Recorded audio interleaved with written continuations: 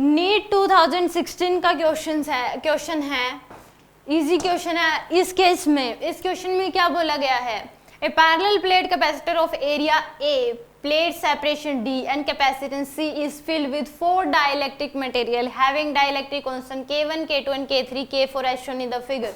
If a single dielectric material is to be used to have same capacitance C in this capacitor, then its dielectric constant K is given by, ये कह रहा है कि अगर इस case में एक सिंगल डाइलेक्ट्रिक कांस्टेंट K अगर यूज करते हैं तो कैपेसिटेंस जो आता है वो किसके बराबर आता है, C के बराबर आता है। तो उस डाइलेक्ट्रिक कांस्टेंट K की वैल्यू हमें बतानी है। मतलब इन सभी का जो C इफेक्टिव आएगा वो बराबर है कि इसके इस C के, और उस केस में यहाँ पे इन चारों को हटा के एक ही डाइलेक्ट्रिक कांस्टेंट K यूज कर लिया तो उस केस में उसका जो कैपेसिटेंस क्या आ रहा है, C आ रहा है। तो उस K की वैल्यू बतानी है क्या होगी। तो यानी कि इनका इफेक्टिव जो है इसके इक्वल करना है। तो यहाँ पे इसको क्या कर लो, रीअरेंज कर लो। यहाँ से अगर इस केस में ऐसे ये जुड़ा होगा तो अब इस केस में ये तीनों जो है पैरेलल में है। ये यहाँ पे 1 2 3 कैपेसिटेंस हैं तो ये तीनों किस में पैरेलल में, इसके साथ क्या है, सीरीज में। क्योंकि यहाँ से अगर चार्ज आएगा तो वो 3 पार्ट्स में ऐसे डिवाइड होगा।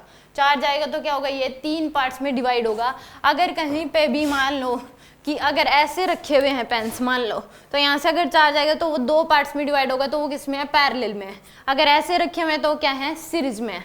तो यहाँ पे जो है यहाँ से अगर चार्ज आएगा 3 पार्ट्स में डिवाइड होगा, इधर इधर इधर, तो ये क्या है, किस में जुड़ी हुई है, तीनों पैरेलल में। ये क्या है, किसके में है, सीरीज में। तो इसको मैं रीड्रॉ करूँ तो यहाँ पे ऐसे मैं इसको रीड्रॉ कर सकती हूँ। एक ये आ गया हमारे पास कैपेसिटर, एक ये है और एक ऐसे हम इसको बना सकते हैं। अब इन तीनों के साथ यहाँ पे क्या है, ये 4th है। इस तरीके से हम इसको ड्रॉ कर सकते हैं, यानी कि इस तरीके से। ये मान लो कि C1 है, ये C2 और ये क्या है, C3 और ये है C4। अब इस केस में इन सभी की जगह एक ही अगर डाइलेक्ट्रिक कांस्टेंट K यूज कर लिया तो उसका कैपेसिटेंस C आ रहा है, उस K की वैल्यू हमें बतानी है क्या होगी। तो इस C1 की वैल्यू क्या हो जाएगी, कैपेसिटेंस का फॉर्मूला जो होता है वो क्या होता है, A epsilon nought by D होता है। अगर कोई मीडियम होता है बीच में तो क्या हो जाएगा, A epsilon nought K by D। तो यहाँ पे C1 की जो वैल्यू, A की वैल्यू कितनी है, A/3, D की वैल्यू कितनी है, D/2। तो यानी कि A/3 epsilon nought K1 by में D/2, ऊपर ले जाओ 2/3 epsilon nought K1 by D। C1 की वैल्यू आ जाएगी, C2 की वैल्यू आ जाएगी 2/3 A epsilon nought K2 by में D। ये मैंने कैसे लिखा है, यहाँ पे C की value A/3 epsilon nought K1 by में D की वैल्यू D/2 है, तो 2 ऊपर चला जाएगा, 2/3 A epsilon nought K1 by D, 2/3 epsilon nought K2/3 D, और C3 की वैल्यू आ जाएगी 2/3 A epsilon nought K3 by D। और C4 की जो वैल्यू है वो आ जाएगी आपके पास, एरिया जो है इसका क्या दे रखा है आपको, A दे रखा है। तो यानी कि कितना आ जाएगा, A epsilon nought K4 by में D/2, यानी कि 2A epsilon nought K4 by D आ जाएगा आपके पास इस C4 की वैल्यू।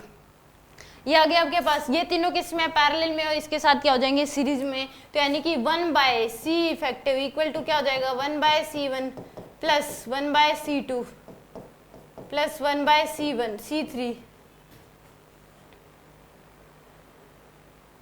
तो ये हमारे साथ किस में है, पैरेलल में है। ये तीनों पैरेलल में है तो 1/, इस केस में जो C इफेक्टिव की वैल्यू आएगी 1/C इफेक्टिव, अगर इसमें लिखेंगे हम तो 1/C इफेक्टिव इक्वल टू, ये जो है ये हमारे पास तीनों किस में है, पैरेलल में। इसके साथ क्या हो जाएंगे, सीरीज में। तो ये आ जाएगा 1/C1 plus C2 plus C3।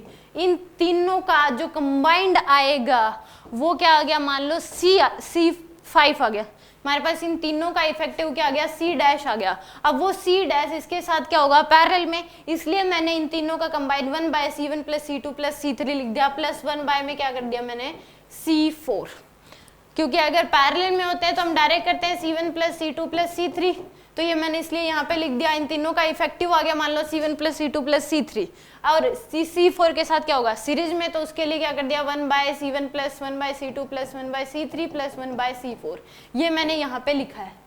मैंने डायरेक्ट अलग अलग ना निकाल के इन सभी का इफेक्टिव ये लिख दिया मैंने, और इक्वल टू क्या कर दिया, 1/C इफेक्टिव। और C इफेक्टिव की वैल्यू क्या दे रखी है, यहाँ पे C दे रखी है मैं। तो यहाँ पे C की value A epsilon nought K by D हो जाएगी। तो यानी कि डी बाय में ए एप्सिलॉन नॉट के जो इस केस में इसने कहा है कि सभी को हटा के रखना है, इक्वल टू क्या हो जाएगा हमारे पास 1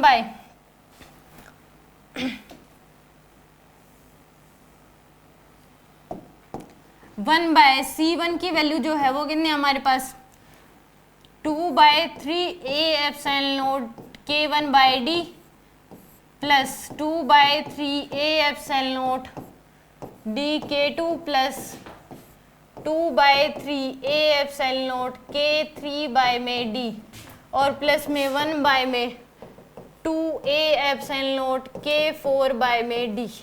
ये है हमारे पास यहाँ पे, तो यहाँ से 3D ऊपर चला जाएगा, ये आ जाएगा D बाय में A epsilon nought K equal to 3D by में 2 A epsilon nought K1 plus 2 A epsilon nought K2 plus 2 A epsilon nought K3 और प्लस में D बाय में 2 ए एप्सिलॉन नॉट K4। यह आ जाएगा हमारे पास यहाँ पे। तो यहाँ से D क्या हो जाएगा कैंसिल, और यहाँ से ए एप्सिलॉन नॉट से क्या हो जाएगा ए एप्सिलॉन नॉट कैंसिल। तो यहाँ से हमारे पास क्या हो जाएगा, इस 2 को कॉमन लेके इधर ले आओ, यह आ जाएगा 1 bye K equal to 3 bye में 2 कॉमन ले लेते हैं 1 by K1 plus 1 by K2 plus 1 by K3 plus में 1 बाय में 2K4। तो इस केस में यहाँ से हम क्या कर ले, इसको इस 2 को कॉमन लेके इधर ले आओ, तो 2 बाय के इक्वल टू क्या हो जाएगा 3 by K1 plus K2 plus K3 equal to क्या, प्लस में क्या हो जाएगा 1 बाय K4। तो हमारे पास आंसर क्या हो जाएगा, थर्ड ऑप्शन क्या हो रहा है इस केस में मैच हो रहा है। यहाँ पे हमारे पास 2/3 इक्वल टू क्या आ रहा है 2 by K equal to 3 by K1 plus K2 plus K3 plus 1 by K4। तो थर्ड ऑप्शन क्या है इसमें करेक्ट है। सिंपल हमें क्या करना था, इन सभी का पहले मान लो ये सिचुएशन है, इनका जो इफेक्टिव है वो किसके इक्वल इक्वेट करना था D बाय में A epsilon nought K by D के बराबर। इसने कहा था कि इन चारों की जगह एक ही अगर डाइलेक्ट्रिक कांस्टेंट लगा दे K का तो उसका इफेक्टिव क्या आ रहा है, इन सभी का जो इफेक्टिव आएगा वो उसके बराबर आ रहा है जब हम यहाँ पे एक ही स्लैब रखते जिसका डाइलेक्ट्रिक कांस्टेंट क्या है K है। तो ये हमने इक्वेट कर दिया, इन सभी का जो इफेक्टिव था वो किसके बराबर कर दिया, जब एक ही डाइलेक्ट्रिक कांस्टेंट की स्लैब डाल रखी है उसके बराबर। तो हमारे पास आंसर आ गया ये। तो थर्ड ऑप्शन क्या है इसमें करेक्ट है।